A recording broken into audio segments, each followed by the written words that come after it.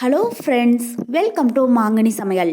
இன்றைக்கி நம்ம மாங்கனி சமையலில் குறைந்த பொருட்களை மட்டும் வச்சு ஒரு 10லேருந்து 15 நிமிஷத்துக்குள்ளே சட்டுன்னு செய்யக்கூடிய மாதிரி ஒரு சூப்பரான மொறுமொறு ஸ்நாக்ஸ் எப்படி பண்ணதுன்னு தான் பார்க்க போகிறோம்.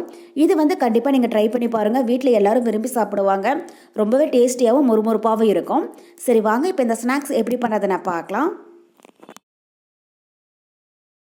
இந்த ஸ்நாக்ஸ் பண்ணுறதுக்கு ஃபஸ்ட்டு ஒரு மிக்சிங் பவுலில் 1/4 கிலோ முட்டைக்கோஸ் நல்லா பொடியாக கட் பண்ணி வச்சுருக்கேன். அதை உள்ள சேர்த்துடலாம். முட்டைக்கோஸை இந்தளவுக்கு நல்லா பொடியாக கட் பண்ணிவிட்டு தண்ணியில் அலசிட்டு கொஞ்சம் கூட தண்ணி இல்லாமல் பிழிஞ்சிட்டு அதுக்கப்புறமா சேர்த்துக்கோங்க. அப்போ தான் நம்ம மசாலா பொருளும் மாவு பொருளும் சேர்த்து பிசையும் போது முட்டைக்கோஸ்லேருந்து தண்ணி விடாமல் இருக்கும். இப்போ இது கூட 1/2 கப் அளவுக்கு மைதா மாவு சேர்த்துடலாம். மைதா மாவு நீங்கள் விருப்பப்பட்டால் சேர்த்துக்கோங்க, இல்லைன்னா அதுக்கு பதில் கோதுமை மாவு கூட பயன்படுத்திக்கலாம். கூடவே 1/4 கப் அளவுக்கு கார்ன்ஃப்ளவர், அப்புறம் 1 டீஸ்பூன் இஞ்சி பூண்டு விழுது, காரத்துக்கு 2 டீஸ்பூன் மிளகாய்த்தூள். நான் 2 டீஸ்பூன் மிளகாய்த்தூள் சேர்க்கிறேன், நீங்கள் உங்கள் காரத்துக்கு தகுந்த மாதிரி சேர்த்துக்கோங்க. இப்போ இது கூட 1 டீஸ்பூன் கரம் மசாலா, அப்புறம் இதுக்கு தேவையான அளவு உப்பு போட்டு இதை நல்லா பிசைஞ்சிக்கலாம். ஃபஸ்ட்டே தண்ணி எதுவும் சேர்த்துடாதீங்க, நல்லா பிசைஞ்சு விட்டுட்டு தேவைப்பட்டால் கொஞ்சமாக தண்ணி தெளித்து பிசைஞ்சிக்கோங்க.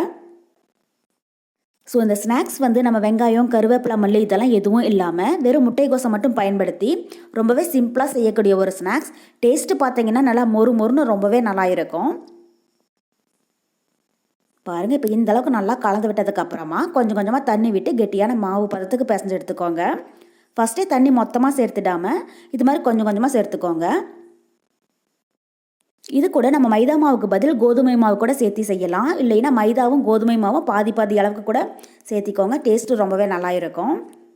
பாருங்கள், இந்த அளவுக்கு நல்லா கெட்டியான மாவு பதத்தில் இருக்கணும். இதை இப்போ சின்ன சின்னதாக கிள்ளி எண்ணெயில் போட்டு பொரிச்சு எடுத்துடலாம். இப்போ கடாயில் எண்ணெய் நல்லா சூடாயிட்டுருக்கு. எண்ணெய் சூடானதும் ஸ்டவ் மீடியம் ஹீட்டில் வச்சுட்டு நம்ம கலந்து வச்சுருக்கிற மாவை சின்ன சின்னதாக கிள்ளி உள்ளே சேர்த்துடலாம்.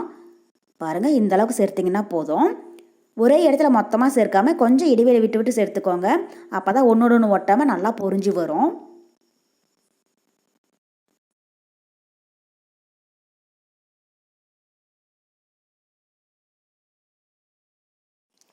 எண்ணெயில் போட்டதும் உடனே திருப்பி விட்டுறாதீங்க. ஒரு சைடு நல்லா பொரிஞ்சு வந்ததுக்கப்புறமா அடுத்த சைடு திருப்பி விட்டுறலாம். ஸ்டவ் மீடியம் ஹீட்லேயே வச்சு வேக விடுங்க. பாருங்கள், இப்போ ஒரு சைடு லைட்டாக பொரிஞ்சிடுச்சு, அது அடுத்த சைடு திருப்பி விட்டுறலாம். லைட்டாக இது மாதிரி அப்பப்போ கலந்து விட்டுட்டே இருங்க, அப்போ தான் சுற்றியுமே நல்லா பொரிஞ்சு வரும்.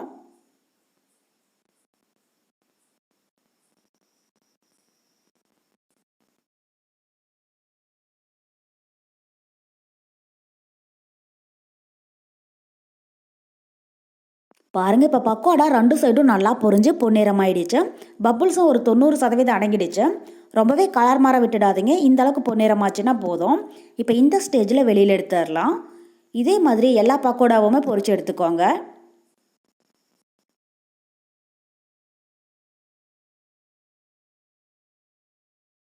அவ்வளோதான், நமக்கு இப்போது நல்லா மொறுன்னு ரொம்பவே சூப்பரான முட்டைக்கோஸ் பக்கோடா தயாராகிடுச்சு. இந்த மழை காலத்தில் சுட சுட டீ காஃபியோட இந்த முட்டைக்கோஸ் பக்கோடா செஞ்சு கொடுத்தீங்கன்னா வீட்டில் எல்லோரும் விரும்பி சாப்பிடுவாங்க. டேஸ்ட்டு ரொம்பவே சூப்பராக இருக்கும். ஸோ கண்டிப்பாக நீங்களும் இதே மெத்தடில் முட்டைக்கோஸ் பக்கோடா செஞ்சு பார்த்துட்டு எப்படி இருக்குன்னு கமெண்ட் பாக்ஸில் சொல்லுங்கள். என்னுடைய இந்த ரெசிபி வீடியோ உங்களுக்கு பிடிச்சிருந்தா மாங்கனி சமையலுக்கு சப்ஸ்கிரைப் பண்ணுங்கள். நன்றி.